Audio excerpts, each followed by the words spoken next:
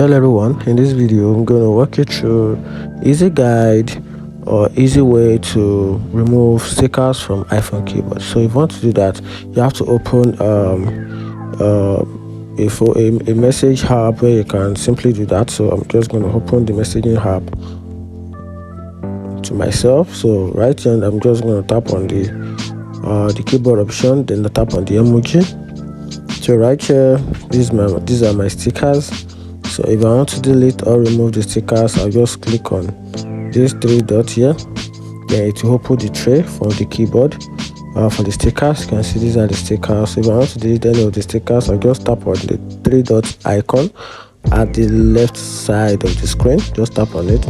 Then to pop up another option. From there, I can easily delete the keyboard. Once I do that, it will completely be deleted. And also I can also use another method, which is just go to the settings. From the settings, then scroll down and tap on general. So from general, you scroll the way down till you find the keyboard option, and my keyboard option is under date and time.